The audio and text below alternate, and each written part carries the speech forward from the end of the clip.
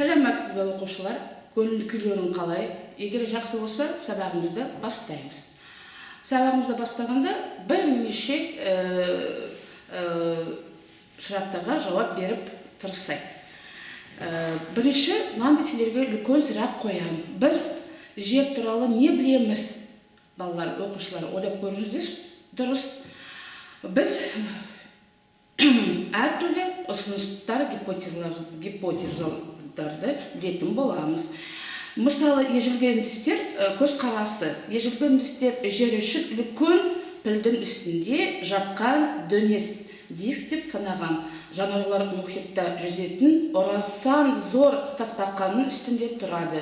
Ал мұхитты киелі илгіш жылан қоршап жатыр деп жорамалдаған. Оқушылар осыны айтқаннан кейін бір ойын ойнап жүрейік. Ой қозғау. Бірінші мынандай сұрақ сендерге қоямын. Біз қандай ғаламшарында өмір сүреміз?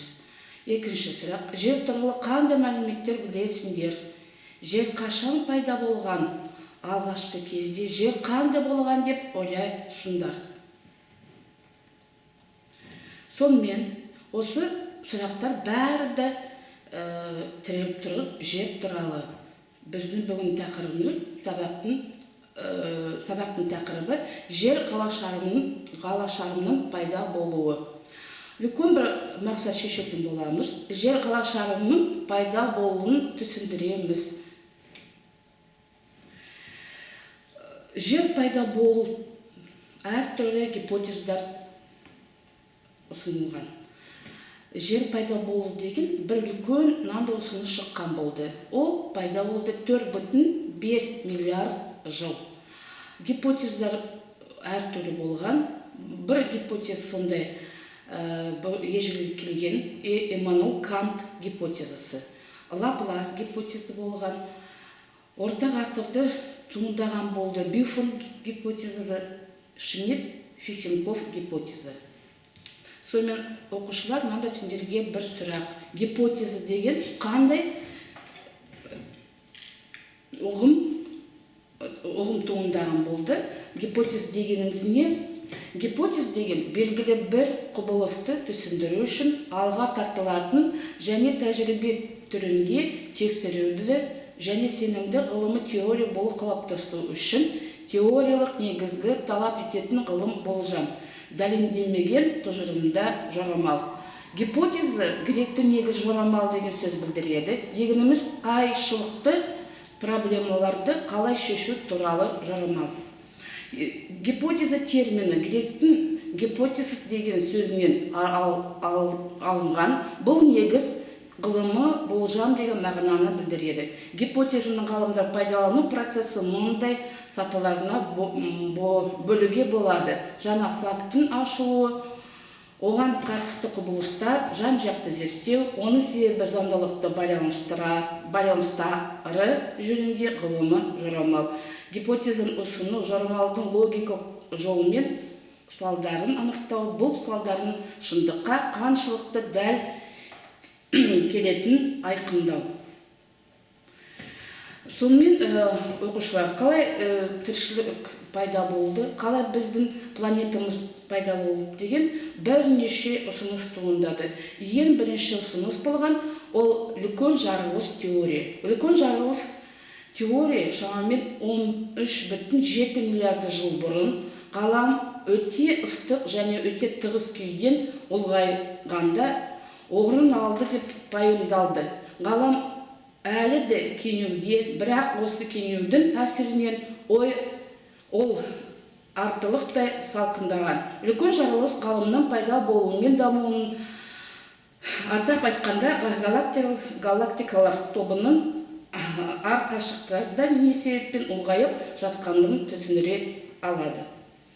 Қазіргі кезімізде сондай болжама бар, оны біз айтамыз қазіргі ғалымдардың болжама. Осы күнгі космогоникалық түсінік бойынша жер осындан 4,5 миллиард жыл бұрын күн айналасындағы кеңістікке шашырылған газ, тозан заттан планеталар тартылыс күшінен әсерінен пайда болды деп осындай үлкен тұжырым шыққан болды.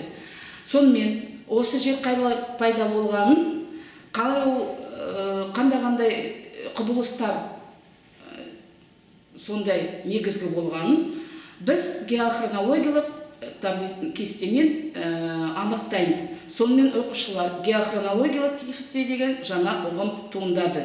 Геохронологиялық кесте жердің даму тарихындағы эралардың және дәуірлердің ретімен ауысуын және олардың ұзақтығын көрсететін кесте. Геохронологиялық кесте, егер біз соны анықтасақ, оны біз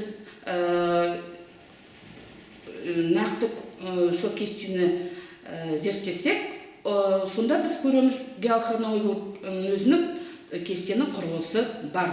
Геохронологиялық кесте бөлінеді эра дәуірлерге, кезеңдерге. Геохронологиялық эра төртке бөлінеді. Ол архей, палеозой, мезозой және кайнозой. Міне балалар, сендердің назарына мен ұсынайын геохронологиялық кесте. Осы геохронологиялық кестені қарағанда анықты көрініп тұр, осы біздің тіршілік ғалашарымыз пайда болған бірнеше эра арқылы. Ең сонда ежелгі эра есептелетін болады архей және протерозой. Орташа эраға жатады палеозой және мезозой. Жаңа эраға жатады кайнозой. Адам туған болды кайнозой эрада, және осы эралар бөлінуді кезеңдерге айтуға да болады және дәуірлерге.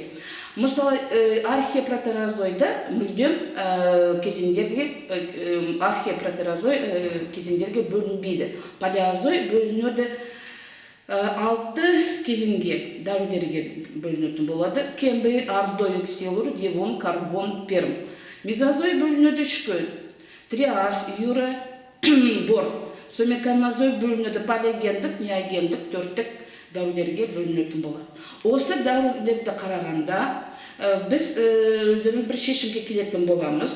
Қандай эраларда, қандай кезеңдерде жанрлар, өсімдіктер пайда болып деп, сондай шешімге келетін боламыз. Оқушыларым, сабағымыз аяқталды. Сау, саламат болыңыздар.